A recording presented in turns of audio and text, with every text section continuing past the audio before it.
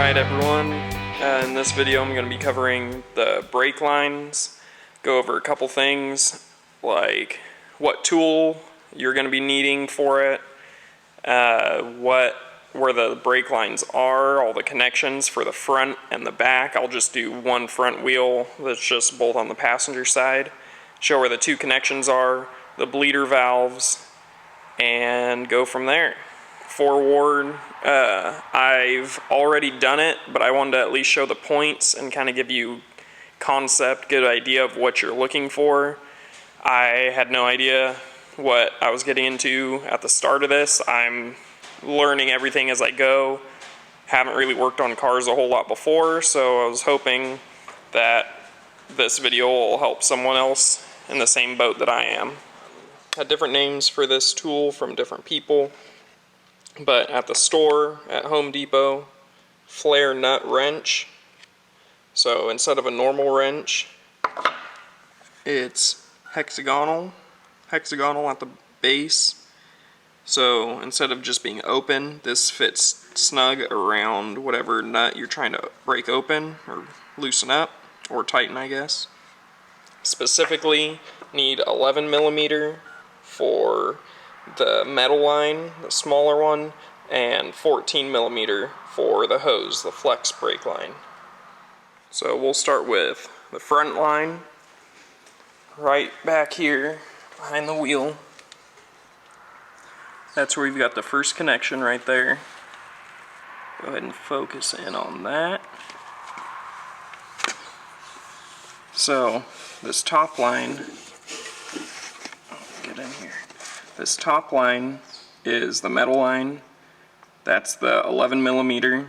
That's the one you're actually turning. And then you hold the 14 millimeter on the flex line. And so then you'll just hold the 14 millimeter and turn the 11 millimeter, loosening that like you would a normal nut. It's not reverse threaded or anything. There's a clip on there. I don't know if you can see. There's a clip. It's hard from this angle. Doesn't come off.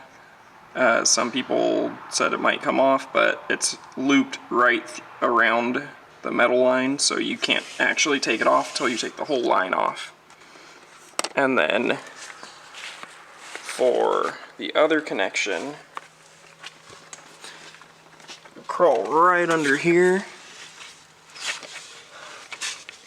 and there's the other connection for the front end. Obviously got the line right here. Then still 14 millimeter, 11 on the back. And see, got a better angle. This arched metal piece right here is that clip.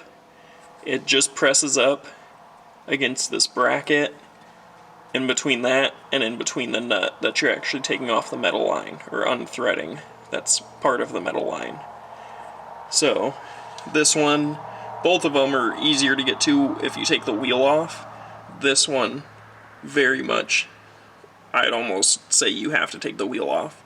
You've got very little room in here to work with, and so taking that wheel off, you can do it sitting upright instead of crawling underneath here. But you've only got, I think I was doing probably 1/8 of a turn on that wrench.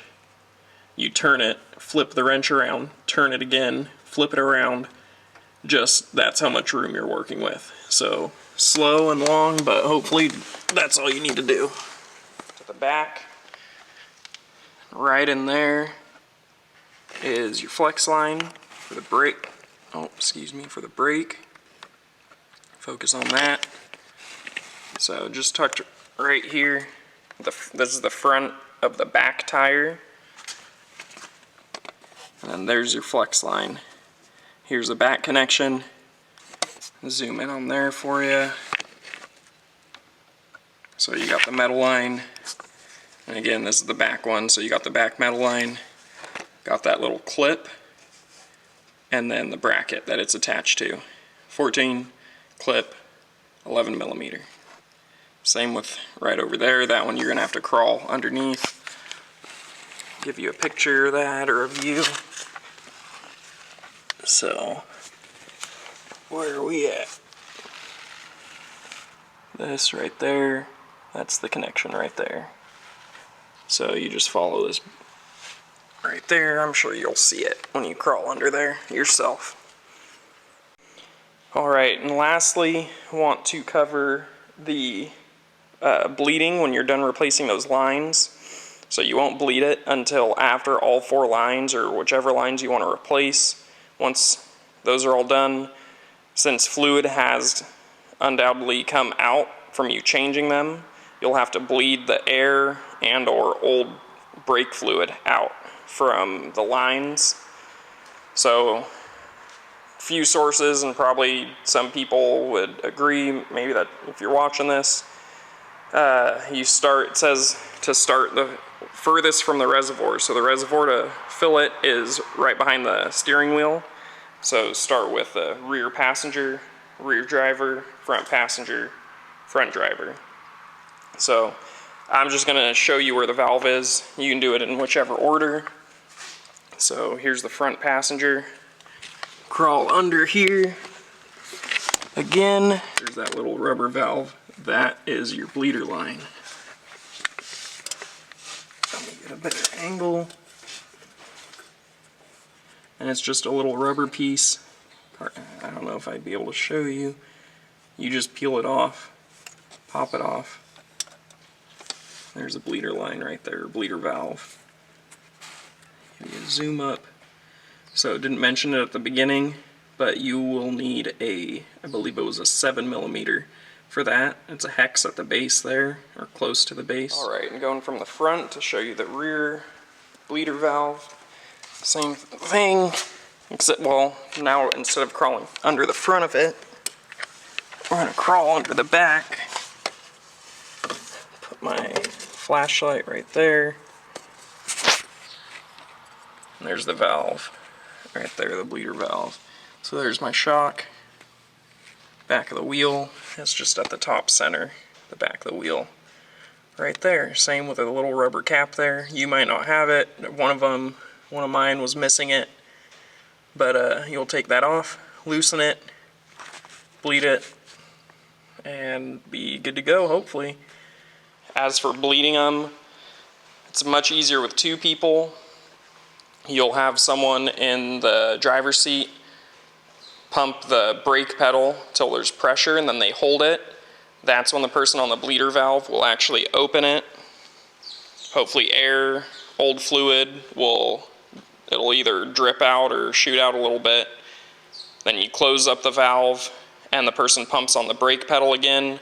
Once there's pressure, they hold it, and then you just keep doing that over and over. And like I said, it'll probably drip out the first several times. Then you'll see and hear air shoot out, and then hopefully you'll start seeing the older brake fluid. Mine was it'll be like foamy and brown, and then I started getting older stuff or newer stuff coming out. It was clean, a lot more pressure. Learning this as I go. Just did it last week. Hopefully it helped someone out there, give an idea, a better concept of what we're working with.